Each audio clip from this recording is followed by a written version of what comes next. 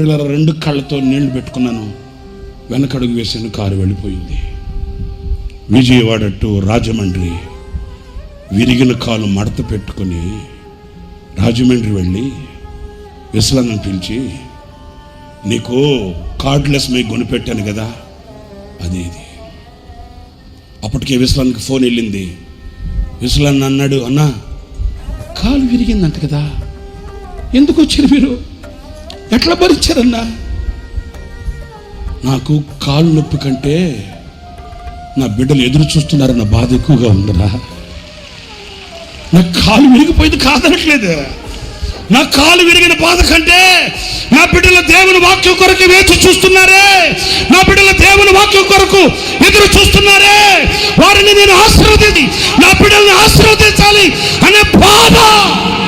నా ప్రియమైన సహోదరులారా, పని వాళ్ళు కావాలి. ఎలాంటి పని వాళ్ళు కావాలి, ఎలాంటి పనివారు కావాలి, ఎలాంటి పనివారి మీద అభిషేకం కుమ్మరించబడుతుంది. కాలు విరిగితే కాలు మడత పెట్టుకొని, అదిగో చూడండి, దాంట్లో నమ్మకమైన పనివాని సేవ, నమ్మకమైన సేవకుని పని.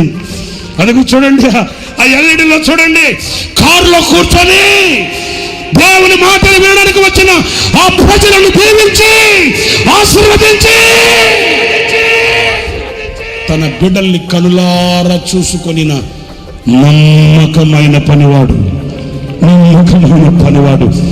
శరీరం కరిగిపోతున్నా, రక్తం ఆవిరైపోతున్నా, కంటి దృష్టి తగ్గిపోతున్నా, పని విడవని, కర్తవ్యం మరవని నమ్మకమైన